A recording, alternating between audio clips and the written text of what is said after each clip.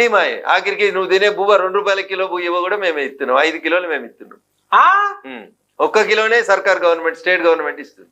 ఓ అమ్మా 6 కిలోలలో 5 కిలోలు నరేంద్ర మోడీ గారు ఇస్తున్నారు రూపాయి లేకుండా. 1 కిలో కాంగ్రెస్ ప్రభుత్వం ఈ రాష్ట్ర ప్రభుత్వం ఇస్తుంది. మరి సనబువ అందుకనే దొడ్డు మందిలా చెయ్యి పోతింటుర్రు పండుగ మాదంటారు వాళ్ళు. ఇచ్చిన 6 కిలోలు వాళ్ళు ఎత్తుకపోతున్నారు అంతే. ఆయన వస్తే ఆయన వెనుక 6 వచ్చారు. 6కి అయిపోయి 6 కిలోలు ఏం పడైంది ఆడ. ఓ అమ్మా ఇది ఎక్కడి కథ అంత ఇంత పడితే అంత పంచాయతీలు వస్తాయి. సనబువ పండుగ ఇప్పుడు కాంగ్రెస్ ఉండదు కదా. సొమ్ము కేంద్రాన్ని సోకు రాష్ట్రాన్ని. ఓ ఈ కథ సరగుండు ఇది ఎక్కడి కథరు దేవుడు శంకర.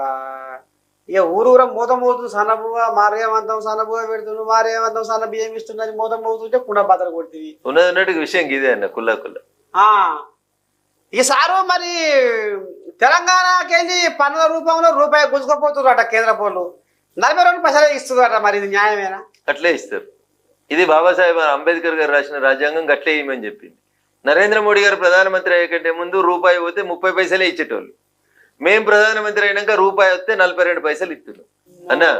దేశానికి స్వతంత్రం వచ్చినప్పుడు డాక్టర్ బిఆర్ అంబేద్కర్ గారు రాసిన రాజ్యాంగం ప్రకారము నరేంద్ర మోడీ గారు 2014లో ప్రధానమంత్రి అయ్యే కంటే ముందు ఢిల్లీకి రూపాయి పోతే గల్లీకి వచ్చేటి 30 పైసలే ఉంటుండే రాష్ట్రాలకి.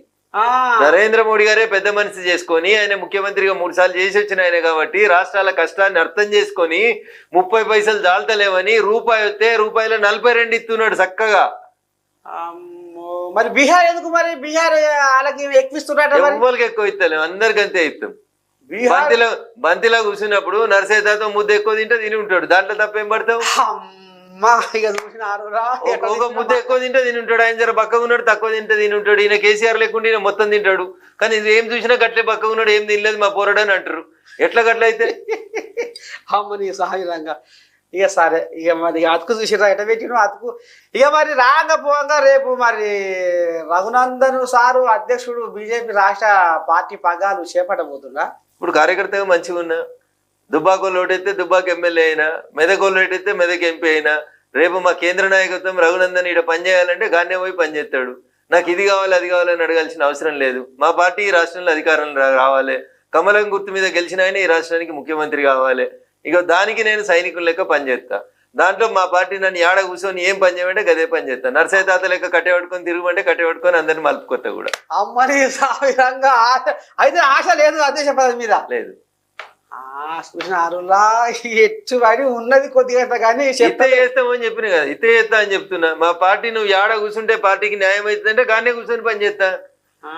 లేదు గోసి గొంగడ పెట్టి కట్టెపెట్టుకొని నడు ఊర్లో పోయి నడు కార్యకర్తలు తయారు చేయంటే తయారు చేసుకుంటూ వస్తా. దేనికి వెనుకకు వచ్చేటోని కాదు. నాకే పని అయితే ఆ పని చేస్తా. 100% న్యాయం చేస్తా. చూసినారులా రేపు స్థానిక సంస్థల ఎలక్షన్లలో కూడా కథ. ఇక మరి సహరు ఈ రకంగా ఇక మరి ఆంబాయం అయితే ఎలా పోసుకుంటుండ్రు సారు. మరి ఇక రాంగ పోంగా ఆఖరి సారకు ఇక మరి అడగాలనా వద్దా అనిపిస్తుంది. అడుగు గది మొత్తం అడిగి యుద్ధ విమానం ఉంది కదా.